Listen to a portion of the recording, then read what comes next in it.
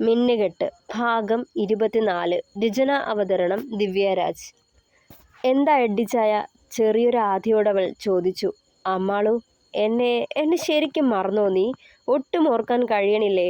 അവൻ്റെ ചോദ്യം കേട്ടതേ ഒന്നും മനസ്സിലാവാതെ നിന്നു പോയവൾ. എഡ്ഡിച്ചായനിതെന്തൊക്കെയാ പറയുന്നത്? ഓർക്കാൻ മാത്രം നമ്മൾ തമ്മിൽ എങ്ങനെ പരിചയം? ജോച്ചായൻ്റെ അനുജനെന്ന് പറഞ്ഞ് ഹോസ്പിറ്റലിൽ വച്ച് പരിചയപ്പെടുത്തിയത് മാത്രമേ എനിക്കറിയൂ. അന്ന് മുതലേ എനിക്ക് നിങ്ങളെ പരിചയവുമുള്ളൂ, അല്ലാതെ ഒന്നും ഓർക്കണില്ല. അങ്ങനെ ഓർക്കാനായാലും നിങ്ങൾ ജോച്ചായൻ്റെ അനുജൻ, അത്രയേ ഉള്ളൂ. അവൾ യാതൊരു സങ്കോചവും കൂടാതെ തിരക്കി. അല്ല അമ്മാളു, നീ എൻ്റെ പ്രണയമായിരുന്നു. നമ്മൾ തമ്മിൽ പ്രണയിച്ചിരുന്നു. ചതിച്ചത് അയാളാ, എഡ്ഡി തിടുക്കപ്പെട്ട് പറഞ്ഞു. എന്താ പറഞ്ഞേ? ഒച്ച ഉയർന്നു അമ്മാളുവിൻ്റെ. ഞാൻ പറഞ്ഞത് സത്യമാ അമ്മാളു, കപട ദുഃഖം ശബ്ദത്തിൽ നിറച്ച് പറയാൻ തുടങ്ങിയവൻ. 6 മാസം മുന്നേ നിന്നെ ഞാൻ പരിചയപ്പെട്ടു. ആദ്യ നോട്ടത്തിൽ തന്നെ നീ എൻ്റെ ഹൃദയത്തിലേക്കാ കയറിക്കൂടിയത്. നിന്നോട് ഞാൻ പ്രണയം തുറന്നു പറഞ്ഞപ്പോൾ ആദ്യം നീ നിരസിച്ചു. പിന്നെ ഒരുപാട് നാൾ പിന്നാലെ നടന്ന് അവസാനം നീയും സമ്മതിച്ചു എന്നെ ഇഷ്ടമാണെന്ന്. നുണ, ഞാൻ വിശ്വസിക്കില്ല. എനിക്കൊന്നും അറിയില്ല. ഞാൻ അങ്ങനെ ചെയ്യില്ല. കരയാൻ തുടങ്ങി അമ്മാളു. നീ വിശ്വസിക്കണം അമ്മാളു, ഞാൻ പറഞ്ഞത് സത്യമാ. ഞാൻ നിന്നെ ഇഷ്ടമാന്ന് പറഞ്ഞു വീട്ടിലേക്ക് പ്രപ്പോസലുമായി വരാനിരുന്നതാ. പക്ഷേ എൻ്റെ ഇച്ചായൻ എന്നെ ചതിച്ചു. ഞാൻ സ്നേഹിക്കുന്ന പെൺകുട്ടി നീയാണെന്ന് അറിഞ്ഞുകൊണ്ട് ഞാൻ പ്രപ്പോസലുമായി ചെല്ലുന്നതിനു മുന്നേ നിന്റെ അച്ഛനെ കണ്ട് അയാളും നീയുമായുള്ള വിവാഹം തീരുമാനിച്ചു. നിന്റെ സമ്മതമില്ലാതെയാ ആ വിവാഹം നടന്നത്. അയാൾ ചെയ്തത് ചതിയല്ലേ? ഏതെങ്കിലും സഹോദരൻ സ്വന്തം സഹോദരനെ ചതിക്കുമോ? എന്നിട്ട് നീയും ഇപ്പോൾ അയാൾക്കൊപ്പം ചേർന്ന് എന്നെ ചതിക്കുക അല്ലേ? നീ അന്ന് എനിക്കൊരു വാക്ക് തന്നിരുന്നു. അഥവാ ഇച്ചായൻ വിവാഹം കഴിച്ചാലും 3 മാസം ഒരുമിച്ച് ജീവിച്ചിട്ട് എന്തെങ്കിലും കാരണം പറഞ്ഞ് നീ ഇച്ചായനിൽ നിന്നും നിയമപരമായി അകലുമെന്നും അത് കഴിഞ്ഞ് നമ്മൾ രണ്ടാളും ഒരുമിച്ച് ജീവിക്കുമെന്നും. അതുമാത്രമല്ല, പിരിയുന്നത് വരെ ഇച്ചായനെ നിന്റെ ശരീരത്തിൽ തൊടാൻ പോലും അനുവദിക്കില്ലെന്നും. എന്നിട്ട് ഇപ്പോൾ വാക്ക് മാറ്റുക അല്ലേ? മറവിയുടെ പേരും പറഞ്ഞ് എന്നെ ചതിക്കുക അല്ലേ? ഒന്നോർത്തോ നീ, എന്നെ ചതിച്ചിട്ട് ഇച്ചായനൊപ്പം സുഖമായി ജീവിക്കാന്ന് കരുതണ്ട.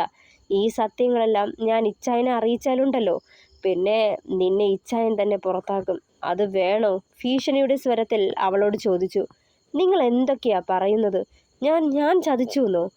ഞാൻ ആർക്കും വാക്കു കൊടുത്തിട്ടില്ല, ആരെയും ചതിച്ചിട്ടുമില്ല. കുഞ്ഞുനാള് മുതൽ ഞാൻ ഇച്ചായൻ്റെ എന്ന് മനസ്സിൽ പതിപ്പിച്ചതാ. എൻ്റെ ഹൃദയവാ എൻ്റെ ഇച്ചായൻ. അതിനിടയിൽ നിങ്ങൾ എപ്പോഴാണ് എൻ്റെ ജീവിതത്തിലേക്ക് വന്നത്? എൻ്റെ ഓർമ്മകളിൽ പോലുമില്ല നിങ്ങൾ. ഞാൻ വിശ്വസിക്കില്ല നിങ്ങൾ എന്തൊക്കെ പറഞ്ഞാലും, അവൾ പുലമ്പിക്കൊണ്ടിരുന്നു. വേണ്ട, നീ വിശ്വസിക്കണ്ട. അതിനുള്ള തെളിവുകൾ എൻ്റെ കയ്യിൽ തന്നെ ഉണ്ട്. നീ കുരിശുമറ്റത്തേക്ക് വരുമ്പോൾ അതൊക്കെ കാട്ടിത്തരാം. സത്യങ്ങൾ അയാൾ അറിയാതിരിക്കണമെങ്കിൽ ഞാൻ പറയുന്നത് അതേപടി അനുസരിക്കണം. നിന്റെ ശരീരത്തിൽ അയാളെ തൊടാൻ അനുവദിക്കരുത്. പിന്നെ അറിയാലോ, ഇപ്പോൾ നിങ്ങളുടെ വിവാഹം കഴിഞ്ഞിട്ട് 2 മാസത്തോളം കഴിഞ്ഞു. ഇനി വെറും 1 മാസം അതുകൂടെ കഴിഞ്ഞ് നീ അയാളെ ഉപേക്ഷിച്ച് പോകണം എവിടേക്കെങ്കിലും. പിന്നൊരിക്കലും അയാൾ നിന്നെ കാണരുത്. അപ്പോൾ എല്ലാം പറഞ്ഞതുപോലെ. ഗുഡ് നൈറ്റ്, സ്വീറ്റ് ഡ്രീംസ് പറഞ്ഞുകൊണ്ട് കോൾ കട്ടായി. കേട്ടതിൻ്റെ നടുക്കത്തിലായിരുന്നു അമ്മാളു. അവനോട് പ്രതികരിക്കാൻ പോലും ആവാതെ തറഞ്ഞു നിന്നു പോയവൾ. ഞാൻ എൻ്റെ ഇച്ചായനെ ചതിക്കാൻ കൂട്ടുനിന്നോ? അയാളെ സ്നേഹിച്ചെന്നോ? ഇല്ല, വിശ്വസിക്കില്ല. ഞാൻ ഇച്ചായനോട് എല്ലാം പറയണം ഇന്ന് തന്നെ. ഞാൻ അയാളുടെ സഹോദരൻ്റെ ഭാര്യയല്ലേ? എന്നോടിങ്ങനെ മോശമായിട്ട് പറയാമോ? അയാൾ എന്തൊക്കെയാ പറഞ്ഞു കൂട്ടിയത്? എൻ്റെ ഇച്ചായനെ വിട്ട് ഞാൻ അയാൾക്കൊപ്പം പോകണമെന്നോ? ഇല്ല, ഒരിക്കലും നടക്കില്ല. ഇച്ചായൻ അറിയണം അനുജൻ എങ്ങനെയുള്ളവനാന്ന്. കരച്ചിൽ വന്നു അമ്മാളുവിന്. ഞാൻ എൻ്റെ ഇച്ചായനെ ഉപേക്ഷിച്ച് പോകണമെന്ന് സമനില തെറ്റിയ പോലെ പിറുപിറുത്തു കൊണ്ടിരുന്നു. പിന്നെയും ഇസഹാക്കിൻ്റെ കൈകൾ അവളുടെ വയറിൽ ചുറ്റപ്പെട്ടതും വേഗം കണ്ണുനീർ തുടച്ചു നീക്കിക്കൊണ്ട് മുഖത്ത് പുഞ്ചിരി വരുത്തിയവൾ. അതേസമയം ഇസഹാക്ക് അവളുടെ കണ്ണുകൾ കൈകൊണ്ട് പൊത്തി. അമ്മു, കാണണ്ടേ സർപ്രൈസ്? മെല്ലെ അവളുടെ കാതോരം പറഞ്ഞതും അവൻ്റെ നിശ്വാസം കാതുകളിൽ തട്ടി. പക്ഷേ വല്ലാത്ത മാനസികാവസ്ഥയിലായിരുന്നു അമ്മാളു. മൗനത്തിലായിരുന്നവൾ. ഉള്ളിൽ കിടന്ന് വിങ്ങുന്നതൊക്കെ അവനോട് പറയാനും വീർപ്പുമുട്ടി. ഇസഹാക്ക് അവളെ നേരെ റൂമിലേക്ക് കൊണ്ടുപോയ ശേഷം കൈമാറ്റി.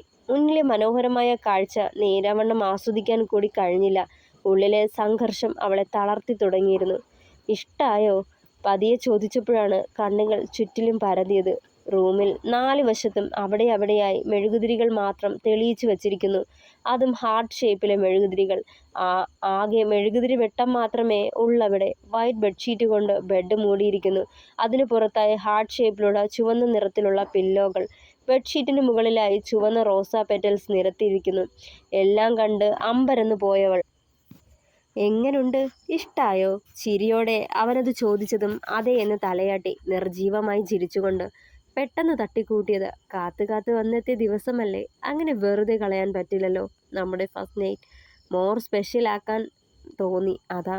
അവൻ്റെ മുഖത്ത് സന്തോഷം കണ്ടതും പറയാൻ വന്നത് പറയാൻ തോന്നിയില്ല അവൾക്ക്. ഇച്ചായൻ ഒരുപാട് സന്തോഷത്തിലാ. എന്തെല്ലാം ഒരുക്കി വച്ചിരിക്കുക. എഡ്ഡിച്ചായൻ പറഞ്ഞതൊക്കെ ഞാൻ ഇച്ചായനോട് പറഞ്ഞാൽ ഈ സന്തോഷം എല്ലാം തകരില്ലേ, അവൾ ഓർത്തു. അമ്മു, എന്താടാ മുഖത്തുള്ള ഒരു തെളിച്ചമില്ലാത്തെ?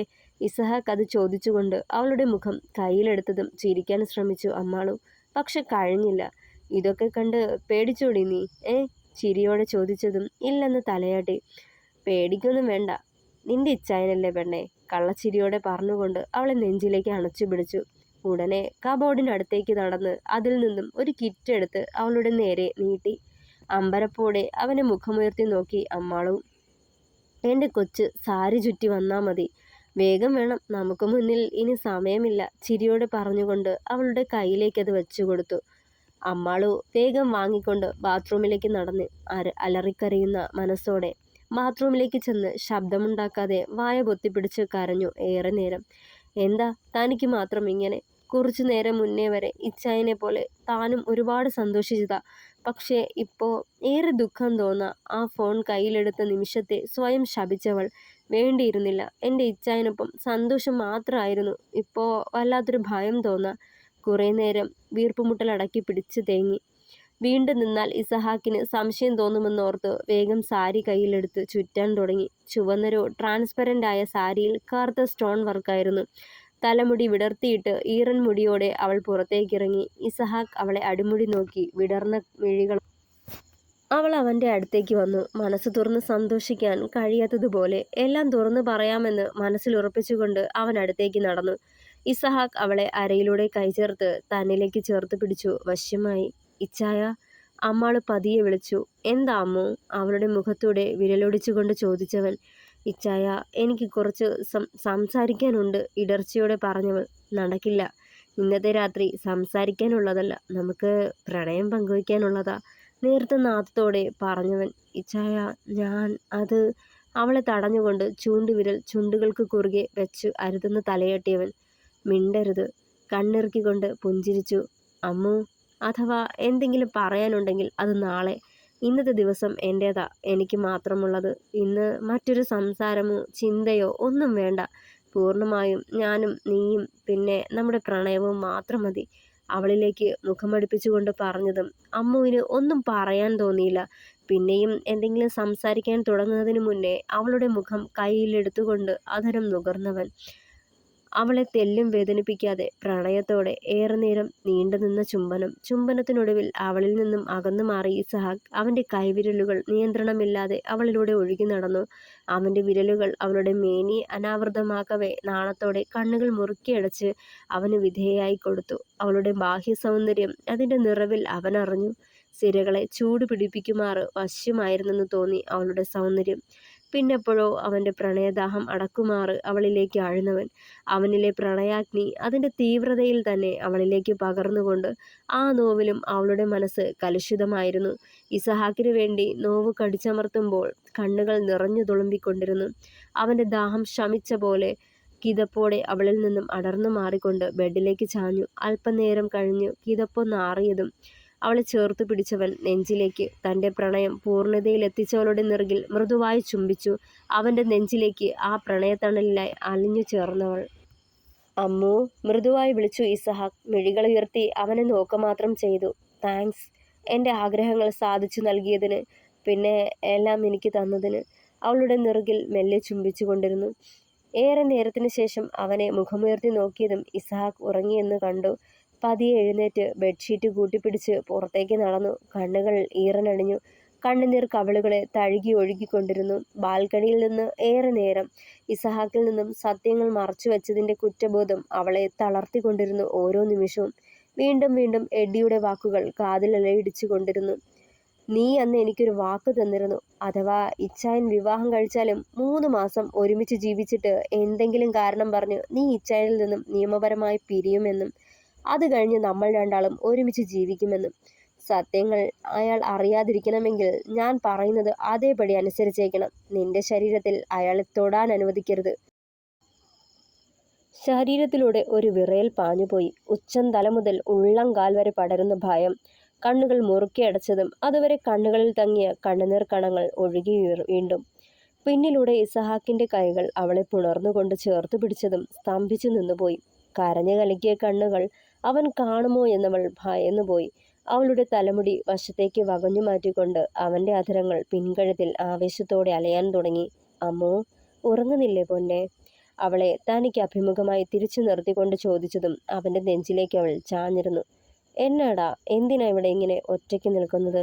അവളെ നെഞ്ചിലേക്ക് അണച്ചു പിടിച്ചിരുന്നു. ഏയ്, വെറുതെ നിന്നതാ. ഇടർച്ചയോടെ പറയവേ നിറഞ്ഞ കണ്ണുകൾ അവൻ കാണാതെ തുടച്ചു നീക്കി. നെറുകിലായി ഇസഹാക്കിന്റെ ചുണ്ടുകൾ ചേർന്നിട്ടും കരുതലുള്ള അവന്റെ കൈകൾ അവളെ ചേർത്തു പിടിച്ചിട്ടും ഉള്ളിലെ വിറയൽ അടങ്ങിയില്ല. എഡ്ഡിയുടെ മറ്റൊരു മുഖം അത് തന്നെ ഒരുപാട് ഭയപ്പെടുത്തിയത് അവൾ അറിയുകയായിരുന്നു. ഒരാശ്രയത്തിനെന്നോണം അവന്റെ ഇടനെഞ്ചിലേക്ക് മുഖം ചേർത്ത് നിന്നവൾ. അമ്മോ, എന്നാടാ, സുഖമില്ലേ നിനക്ക്? അവളുടെ മുഖം കൈക്കുമ്പിളിൽ എടുത്തുകൊണ്ട് ചോദിച്ചവൻ. ഒന്നും മിണ്ടാതെ അങ്ങനെ തന്നെ നിന്നവൾ. കണ്ണു നിറയാതിരിക്കാൻ പാടുപെടുന്നുണ്ടായിരുന്നു. ചുണ്ടുകൾ വിറകൊണ്ടു. ഏങ്ങിലടികൾ പുറത്തേക്ക് വരാൻ തുടങ്ങിയതും ഇസഹാക്ക് അവളെ സംശയത്തോടെ നോക്കി. അമ്മു, കരയാണോ? അതിനു മാത്രം എന്താ ഉണ്ടായേ? നിനക്ക് സമ്മതമായിരുന്നതല്ലേ? വല്ലാത്തൊരു വെപ്രാളത്തോടെ പറയാൻ തുടങ്ങിയതും അവനെ തടഞ്ഞുകൊണ്ട് വായ പൊത്തിപ്പിടിച്ചു. ഒന്നുമില്ല ഇച്ചായ, ഞാൻ പെട്ടെന്ന് ഓരോന്നോർത്തു പറഞ്ഞുകൊണ്ട് അവന് മുഖം കൊടുക്കാതെ അകത്തേക്ക് കയറിപ്പോയി. അവൾ പോകുന്നത് നോക്കി അമ്പരപ്പോടെ നിന്നു ഇസഹാക്ക്. തിരികെ റൂമിലേക്ക് ചെല്ലുമ്പോൾ കാണുന്നത് കണ്ണുകളടച്ച് കിടക്കുന്നവളെയാണ്. അവൾ ഡിസ്റ്റർബ്ഡ് ആണെന്ന് തോന്നിയത് കാരണം ഒന്നും ചോദിച്ചില്ല. അവളുടെ തൊട്ടടുത്തായി അവളെ ചേർത്ത് പിടിച്ചു കിടന്നു. എപ്പോഴോ ഉറങ്ങുകയും ചെയ്തു. ഇസഹാക്കിന്റെ കരവലയത്തിനുള്ളിൽ സുരക്ഷിതയാണ് താനെന്നറിഞ്ഞിട്ടും ഉറങ്ങാൻ കഴിഞ്ഞില്ല അവൾക്ക്. കണ്ണു നടഞ്ഞു വരുമ്പോൾ എഡ്ഡിയുടെ വാക്കുകൾ കാതിലായി പതിക്കുന്ന പോലെ. തിരിഞ്ഞും മറിഞ്ഞും കിടന്ന് നേരം വെളുപ്പിച്ചു ഒരു പോള കണ്ണടയ്ക്കാതെ. അതിരാവിലെ തന്നരികിലായി ഉറങ്ങുന്നവനെ ഒരു നോക്ക് നോക്കി നിന്നു. നിറുകിലായി ചുണ്ടുകൾ ചേർത്തു. അറിയാതെയാണെങ്കിലും ഇസഹാക്കിനെ ചതിക്കാൻ വേണ്ടി എഡ്ഡിക്കൊപ്പം കൂടിയതെന്നോർത്ത് വല്ലാത്ത വേദന തോന്നി. മുഖമാകെ ചുംബിച്ചു. ആ ചുംബനങ്ങളിൽ അവൾക്ക് അവനോടുള്ള പ്രണയവും കുറ്റബോധവും സഹതാപവും വാത്സല്യവും ഒക്കെ കലർന്നിരുന്നു. അവനിൽ നിന്നും അകന്നു മാറിക്കൊണ്ട് ബെഡിൽ നിന്നും എണീക്കാൻ തുടങ്ങിയതും ഇസഹാക്കിന്റെ കരങ്ങൾ അവളുടെ അരയിലൂടെ ചുറ്റപ്പെട്ടിരുന്നു. ഒന്നുയർന്ന് അവളെ തന്നിലേക്ക് വലിച്ചുകൊണ്ട് ബെഡിലേക്ക് മറിഞ്ഞിരുന്നവൾ. ഇച്ചായ, ഞാൻ പോവുക. വൈകിയാൽ ആനി തിരക്കി വരും. അവനിൽ നിന്നും അകന്നു മാറാൻ തോന്നിയവൾക്ക് ഇസഹാക്കിനോട് മനസ്സ് തുറക്കാത്തത് കാരണം അസ്വസ്ഥതയായിരുന്നു അവൾക്ക്. ഇത്രയും സന്തോഷത്തോടെ ഇച്ചായനെ ഇപ്പോഴാ കാണുന്നത്. താൻ ജീവിതത്തിലേക്ക് വന്നത് മുതൽ ഒന്നിനു പിറകെ ഒന്നായി പ്രശ്നങ്ങളായിരുന്നു കൂടുതലും.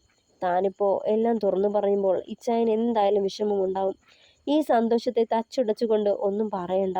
ഉചിതമായ സമയത്ത് എല്ലാം പറയണം. എഡ്ഡിയുടെ ശരിക്കുള്ള സ്വഭാവം ഇച്ചായന് മുന്നിൽ കൊണ്ടുവരണം അവൾ ഓർത്തു. ഇസഹാക്ക് അവൾക്ക് മുകളിലായി അമർന്നുകൊണ്ട് വശ്യമായി അവളെ നോക്കി. അവളുടെ മുഖത്തും കഴുത്തിലുമായി അവന്റെ ചുണ്ടുകൾ ഒഴുകാൻ തുടങ്ങി. തലേ ദിവസത്തെ രാത്രി ഓർമ്മയിൽ തെളിഞ്ഞതും സിരകളിൽ ലഹരി ഉരയാൻ തുടങ്ങി. വശ്യമായ മുഖഭാവം വന്യതയിലേക്ക് കൂടുമാറി. മെല്ലെ അവളെ അറിയാനായി അവളിലെ സ്ത്രീയെ സ്പർശനങ്ങളാലും ചുംബനങ്ങളാലും തഴുകി ഉണർത്തി. സിരകളിൽ ചൂട് പടർന്നു നേരം വീണ്ടും ഒരു പ്രണയപ്പെയ്ത്തായി അവളിലേക്ക് അലിഞ്ഞു. അമ്മാള് ഫ്രഷായി പുറത്തേക്ക് വന്നതും കട്ടിലിൽ ചെരിഞ്ഞു കിടന്നുകൊണ്ട് ഒരു കൈയാൽ തല താങ്ങി കള്ളച്ചിരിയോടെ കിടപ്പുണ്ട് ഇസഹാക്ക്. ഈറൻ തോർത്ത് അഴിച്ചെടുത്ത് ഹാങ്ങറിലേക്കിട്ട് നിറുകിലായി ചുവന്ന സിന്ദൂരം അണിയാൻ നേരം അലമാരിയുടെ കണ്ണാടിയിലൂടെ കണ്ടു നിറഞ്ഞ ചിരിയോടെ തന്നെ നോക്കുന്നവനെ. കണ്ണുകളിലും മുഖത്തും നാണം നിറഞ്ഞു നിന്നു പെണ്ണിന്റെ. വേഗം അവനെ നോക്കാതെ നെറ്റി ചുവപ്പിച്ചുകൊണ്ട് താഴേക്ക് നടന്നു. അമ്മാളു നേരെ അടുക്കളയിലേക്ക് ചെന്നതും ആരും ഉണ്ടായിരുന്നില്ല അവിടെ. മനസ്സിൽ വേണ്ടാത്ത ചിന്തകൾ മാത്രം അലയടിച്ചു തുടങ്ങി. ഭയം തോന്നുന്നുണ്ടായിരുന്നു അവൾക്ക്. അരുതാത്തതെന്തോ സംഭവിക്കാൻ പോകുന്നെന്ന തോന്നൽ. കുളപ്പടവിൽ ഒറ്റയ്ക്ക് ചെന്നിരുന്ന് കരയാൻ തുടങ്ങിയവൾ. അമ്മാളു, ഇവിടെ ഒറ്റയ്ക്കിരിക്കുവാണോ? ശബ്ദം കേട്ട് മുഖമുയർത്തി നോക്കിയതും കണ്ടു ജാനറ്റിനെ. വെറുതെ ഒന്ന് നിർജീവമായി പുഞ്ചിരിച്ചു. ഉള്ളിലെ ഭയം അവൾ കാണാതിരിക്കാനായി. പക്ഷേ അമ്മുവിന്റെ കരഞ്ഞു കലങ്ങിയ കണ്ണുകൾ കാണെ തിരിച്ചു പോവാൻ ഒരുങ്ങിയവൾ പടി കടന്ന് അവളുടെ അടുത്തേക്ക് വന്നു. അമ്മു പരിഭ്രമത്തോടെ അവളെ കണ്ട് എഴുന്നേറ്റ് നിന്നു. ഈ നേരം ആനിയും അവളെ തിരക്കി അവിടേക്ക് വന്നിരുന്നു. അവളുടെ മുഖം കണ്ടതും ഉള്ളിലെന്തോ വിഷമമുണ്ടെന്ന് മനസ്സിലായി രണ്ടാൾക്കും. അമ്മാളു, നീ എന്തിനാ ഇവിടെ ഒറ്റയ്ക്കിരിക്കുന്നത്? ജാനറ്റ് അത് ചോദിച്ചതും പെട്ടെന്ന് കണ്ണുകൾ തുടച്ചുകൊണ്ട് അവളെ പകപ്പോടെ മുഖമുയർത്തി നോക്കി. ഏയ് ഒന്നുമില്ല ജാനു, പറഞ്ഞുകൊണ്ട് വീണ്ടും ഒരു പുഞ്ചിരി വരുത്താൻ നോക്കി. നുണയാ ഈ പറയണത്? എന്തോ ഉണ്ട്. ഇച്ചായനുമായി വഴക്കിട്ടോ നീ? ആനി ചോദിച്ചതും ഇല്ലെന്ന് തലയാട്ടിയവൾ. എന്നാ പിന്നെ എന്താന്ന് പറയ്, വീണ്ടും നിർബന്ധിച്ചു ജാനറ്റ്. പക്ഷെ പറയാൻ കൂട്ടാക്കാതെ മുന്നോട്ട് നടന്നതും ആനി അവളെ തടഞ്ഞുകൊണ്ട് രണ്ട് കൈമുട്ടലും പിടിച്ചു അവളെ അഭിമുഖമായി തിരിച്ചു നിർത്തി. പറഞ്ഞിട്ട് പോയാ മതി. അവളെ പിടിച്ചു നിർത്തി ആനി. ഒന്നുമില്ല ആനി, പറയവേ കണ്ണുകൾ ഒഴുകി തുടങ്ങി. കണ്ടോ, എന്തോ ഉണ്ട്, പറയ്. ആവലാതിയോടെ അവളെ ചേർത്ത് പിടിച്ചു ജാനറ്റ്. പറയടാ, എന്താ നിന്റെ പ്രശ്നം? ആനി അത് ചോദിച്ചതും അവളുടെ തോളിലേക്ക് ചാഞ്ഞു അമ്മു. ആനി, എനിക്കൊരു തെറ്റ് പറ്റി. പക്ഷെ അത് സത്യമാണെന്ന് കൂടി വിശ്വസിക്കാൻ എനിക്ക് കഴിയുന്നില്ല. ഇച്ചായനെ എനിക്ക് ഓർമ്മയില്ലാതിരുന്നപ്പോഴത്രേ. ഇതേപ്പറ്റി ഇച്ചായനോട് എങ്ങനെ പറയുമെന്ന് കൺഫ്യൂഷനില്ല ഞാൻ. തുറന്നു പറഞ്ഞാൽ എന്ത് സംഭവിക്കാം. പക്ഷെ പറയാതിരുന്ന ഞാൻ ശ്വാസം മുട്ടി ചത്തുപോകും. ആദിയോടെ പറഞ്ഞു അമ്പാളു. നീ ഇങ്ങനെ ഓരോന്നും പറഞ്ഞു ഞങ്ങളെ കൂടി ടെൻഷൻ അടുപ്പിക്കാതെ കാര്യം എന്താന്ന് പറയാമോ? ആനി കുളപ്പടവിൽ ഇരുന്നു കൊണ്ട് അവളെയും പിടിച്ചിരുത്തി. തൊട്ടടുത്തായി ജാനറ്റും ഇരുന്നു. ഞാൻ പറഞ്ഞു വന്നത്, തലേന്ന് എഡ്ഡി ഫോൺ ചെയ്തതും അമ്മാളു അതിന് മറുപടി പറഞ്ഞതും എല്ലാം അവൾ തുറന്നു പറഞ്ഞു. എല്ലാം കേട്ട് കഴിഞ്ഞ് തറഞ്ഞിരിപ്പുണ്ടായിരുന്നു ആനി. കേട്ടതൊന്നും വിശ്വസിക്കാൻ കൂടി അവൾ ആദ്യം കൂട്ടാക്കിയില്ല. എഡ്ഡിയെക്കുറിച്ച് ഒരിക്കലും അവൾ അങ്ങനെ പ്രതീക്ഷിച്ചിരുന്നില്ല. ജാനറ്റിന്റെ അവസ്ഥയും ഇതൊക്കെ തന്നെയായിരുന്നു. തൊട്ടടുത്ത് തലയ്ക്ക് കൈയും കൊടുത്ത് അമ്മാളും ഇരുന്നു. എഡ്ഡിച്ചായൻ പറഞ്ഞതൊക്കെ സത്യമായിരിക്കോ? അഥവാ ഇനി എഡ്ഡിച്ചായൻ നിന്നെ കാണുന്നതിനും എത്രയോ നാൾ മുന്നേ നീ ഇച്ചായനെ അറിയണതാ? അതുകൊണ്ട് ഇച്ചായൻ എഡ്ഡിച്ചായനെ ചതിച്ചു എന്ന് പറയുന്നതിൽ കഴമ്പില്ല. കാരണം ചേരേണ്ടത് നിങ്ങളായിരുന്നു. അതാ ഇത്രയും വർഷങ്ങൾക്ക് ശേഷം ഇച്ചായൻ നിന്നെ തേടി പിടിച്ച് കണ്ടെത്തിയതും വിവാഹം കഴിച്ചതും പിന്നെ നടന്ന സംഭവങ്ങളുമെല്ലാം അന്യന്റെ ഭാര്യയെ മോഹിക്കരുതെന്ന് 10-ാം പ്രമാണം. അയാളോട് പോയി പണി നോക്കാൻ പറയുന്നേ. ഇത്രയ്ക്ക് ചീപ്പായിരുന്നു എഡ്ഡിച്ചായൻ. എനിക്ക് വിശ്വസിക്കാൻ കഴിയണില്ല അമ്മു. എഡ്ഡിച്ചായൻ ഒരു സ്വാർത്ഥന. പണ്ട് തൊട്ടേ സ്വന്തം കാര്യം മാത്രം നോക്കുന്ന പ്രകൃതം. ആർക്കും കഴിക്കാനില്ലേലും സാരമില്ല, സ്വന്തം വയറടഞ്ഞാൽ മതി എന്ന രീതി. പക്ഷേ ജോണിച്ചായൻ അങ്ങനല്ല. അവിടെ വയറടയുന്നതൊന്നും പ്രശ്നമല്ല. മറ്റുള്ളവരുടെ വയറും മനസ്സും നിറയണമെന്ന് ആഗ്രഹിക്കുന്ന മനസ്സാ. വല്യപ്പച്ചൻ്റെ അതേ സ്വഭാവമാ ജോണിച്ചായനെന്ന് വല്യമ്മച്ചി എപ്പോഴും പറയും. അതുകൊണ്ട് ഇച്ചായൻ ഒരിക്കലും എഡ്ഡിച്ചായനെ ചതിക്കില്ല. അതുമല്ല, എഡ്ഡിച്ചായൻ സ്വന്തം പ്രണയത്തെ ഒരിക്കലും ഇച്ചായന് വിട്ടുകൊടുക്കില്ല. വേറെ ആരേലുമാണ് ഈ കഥ പറഞ്ഞിരുന്നതെങ്കിൽ ഞാൻ ചിലപ്പോൾ വിശ്വസിച്ചേനെ. ഒന്നുകിൽ എഡ്ഡിച്ചായൻ എന്തോ മനസ്സിൽ കണ്ടിട്ട് നിങ്ങളെ പിരിക്കാനായി കള്ളം പറയുന്നതാ. അതല്ലേ ഇച്ചായന് നിന്റെ ദേഹത്ത് തൊടാൻ സമ്മതിക്കരുതെന്നൊക്കെ പറഞ്ഞത്? ഇതുവരെ ഇതേപ്പറ്റി ഒരു സൂചന പോലും തന്നിട്ടില്ലല്ലോ. ഇതിപ്പോൾ പെട്ടെന്ന് പൊട്ടിമുളച്ച കഥയല്ലേ? അതുകൊണ്ട് എനിക്കൊരു സംശയം. അഥവാ അയാൾക്ക് ആത്മാർത്ഥ പ്രണയം ഉണ്ടായിരുന്നെങ്കിൽ അത് അയാൾ മമ്മിയോട് പറയുമായിരുന്നു. എന്നിട്ടേ ഇച്ചായനോട് പറയത്തുള്ളൂ. എനിക്ക് എഡ്ഡിച്ചായൻ പറഞ്ഞത് അങ്ങോട്ട് ദഹിക്കുന്നില്ല. പറഞ്ഞുകൊണ്ട് ആനി അവളെ നോക്കി. ഞാൻ എന്താ വേണ്ടേ? ഇച്ചായനോട് എല്ലാം തുറന്നു പറയട്ടെ? ഇങ്ങനെ എല്ലാം മനസ്സിൽ കൊണ്ടു നടന്ന് എനിക്ക് നീറി നീറി കഴിയാൻ വയ്യ. അമ്മാളു ആനിയെ നോക്കി. പക്ഷെ അതിനുള്ള മറുപടി പറഞ്ഞത് ജാനറ്റായിരുന്നു. വേണ്ട, തൽക്കാലം ഇച്ചായൻ ഇതറിയാതിരിക്കുന്നതാ നല്ലത് അമ്മാളു. എൻ്റെ അനുഭവത്തിൽ നിന്ന് പറയുന്നതാ. ഒരിക്കലും നമ്മൾ മറ്റൊരു പുരുഷനെ പ്രണയിച്ചിരുന്ന കാര്യം ഭർത്താവ് അറിയാതിരിക്കുന്നതാ നല്ലത്. ബൂമറാങ് പോലെ ഈ സത്യങ്ങൾ തിരിച്ചടിക്കും. നമ്മുടെ ജീവിതം തകർക്കും. മനസമാധാനം കളയും. എത്ര സ്നേഹനിധിയാ ഭർത്താവെന്ന് പറഞ്ഞാലും നീ എഡ്ഡിച്ചായനൊപ്പം ചേർന്ന് ഇച്ചായനെ ചതിക്കാൻ നോക്കിയെന്നറിഞ്ഞാൽ സഹിക്കില്ല. മാത്രവുമല്ല, എഡ്ഡിച്ചായനും നിങ്ങൾക്കൊപ്പം ആ വീട്ടിലാ കഴിയണത്. എല്ലാം അറിഞ്ഞു കഴിയുമ്പോൾ നിങ്ങൾ തമ്മിൽ സംസാരിക്കുന്നത് പോലും ചിലപ്പോൾ ആളിൽ സംശയമുണ്ടാക്കില്ലാന്ന് എന്താ ഉറപ്പ്? ജോണിച്ചായൻ അത്രയ്ക്ക് ഇടുങ്ങിയ ചിന്താഗതിയുള്ള ആളല്ല. പക്ഷേ സ്വന്തം ഭാര്യയുടെ കാര്യത്തിൽ എല്ലാ ഭർത്താക്കന്മാരും സ്വാർത്ഥന്മാർ തന്നെയായിരിക്കും. എന്തെങ്കിലും ഒരു കരട് മനസ്സിൽ കയറിപ്പറ്റിയാൽ ഈ ജന്മം നിനക്ക് സമാധാനമുണ്ടാവില്ല അമ്മാളു. ജാനറ്റ് ഇത് പറയുമ്പോൾ കണ്ണുകളിൽ ഭയം നിറഞ്ഞു അമ്മുവിൻ്റെ. പക്ഷേ എഡ്ഡിച്ചായൻ പ്രശ്നമുണ്ടാക്കില്ലേ? ആനിയെ നോക്കിയവൾ. തൽക്കാലം ഇങ്ങനെ അങ്ങ് പോട്ടെ. എഡ്ഡിച്ചായൻ എന്തെങ്കിലും പ്രശ്നമുണ്ടാക്കുവാണെങ്കിൽ ഞാൻ ചോദിച്ചോളാം. എഡ്ഡിച്ചായനെ ഹാൻഡിൽ ചെയ്യുന്ന കാര്യം ഞാൻ ഏറ്റു. അതോർത്ത് നീ ടെൻഷൻ ആവണ്ട. ആനി അവൾക്ക് ഉറപ്പ് കൊടുത്തു. അതുവരെ തോന്നിയ ഭയം ലേശമൊന്ന് മാറിയ പോലെ തോന്നിയതും ദീർഘമായൊന്ന് നിശ്വസിച്ചു അമ്മാളു. ആ, ഇവിടെ എന്നാ വട്ടമേശ സമ്മേളനമാണോ? എബി അവിടേക്ക് വന്നിരുന്നപ്പോൾ. വട്ടമേശ സമ്മേളനമല്ല, ഒരു തുരപ്പനെലിയെ എങ്ങനെ വലയിലാക്കാമെന്ന് ആലോചിക്കുമായിരുന്നു ഞങ്ങൾ. ആനി എബിയെ പുച്ഛിച്ചു നോക്കി. അതിനൊക്കെ നീ നല്ല എക്സ്പേർട്ട് ആണല്ലോ. പിന്നെന്തിനാ മറ്റുള്ളവരുടെ സഹായം? കണ്ട ചെക്കന്മാരുടെ പിന്നാലെ ഇഷ്ടവാന്ന് പറഞ്ഞ് നടക്കുന്ന പോലേ ഉള്ളൂ ഇതും. ചുട്ട കപ്പയും തൂക്കി പിടിച്ച് ഇഷ്ടവാന്നും പറഞ്ഞ് പിന്നാലെ നടന്നാൽ മതിയടി. മാളത്തിലിരിക്കുന്ന കുഞ്ഞനലി വരെ നിന്റെ പിന്നാലെ വന്നോളും. അവളെ നോക്കി ആക്കി ചിരിച്ചുകൊണ്ട് പറഞ്ഞു എബി. ആനിക്കാകെ കാലി കയറി. ഡോ, തന്നോട് ഞാൻ പലതവണ പറഞ്ഞതാ ഞാൻ ആരുടെയും പിന്നാലെ നടന്നിട്ടില്ലാന്ന്. എന്നിട്ടും ചൊറിയാൻ വന്നാലുണ്ടല്ലോ, ദോണ്ടെ ഈ കുളത്തിൽ പിടിച്ച് തള്ളും ഞാൻ. ആനി കലിപ്പിൽ പറഞ്ഞതും ജാനറ്റും അമ്മുവും പരസ്പരം അമ്പരന്ന് നോക്കി നിന്നു. ആഹാ, നീ എന്നെ കുളത്തിൽ തള്ളുവോടി നീർക്കോലി? അവൻ അവളെ നോക്കി കണ്ണുരുട്ടിക്കൊണ്ട് ഇടിവള തിരുക്കി. ആ തള്ളും, കാണണോ തനിക്ക്? പറഞ്ഞുകൊണ്ട് പാഞ്ഞു ചെന്ന് എബിയെ വെള്ളത്തിലേക്ക് തള്ളാനായി കൈനീട്ടി മുന്നോട്ടാഞ്ഞതും എബി നിന്നിടത്തു നിന്ന് മുകളിലത്തെ പടിയിലേക്ക് ചാടിക്കയറിയിരുന്നു. പാഞ്ഞു ചെന്ന സ്പീഡിൽ ബാലൻസ് വിട്ട് ആനി നേരെ വെള്ളത്തിലേക്ക്. തുടരും. പ്രിയപ്പെട്ടവരെ, അഭിപ്രായങ്ങൾ പറയണേ. കഥ ഇഷ്ടമായ ലൈക്ക് ചെയ്യുക, ഷെയർ ചെയ്യുക, സബ്സ്ക്രൈബ് ചെയ്യുക, സപ്പോർട്ട് ചെയ്യുക. Thank you.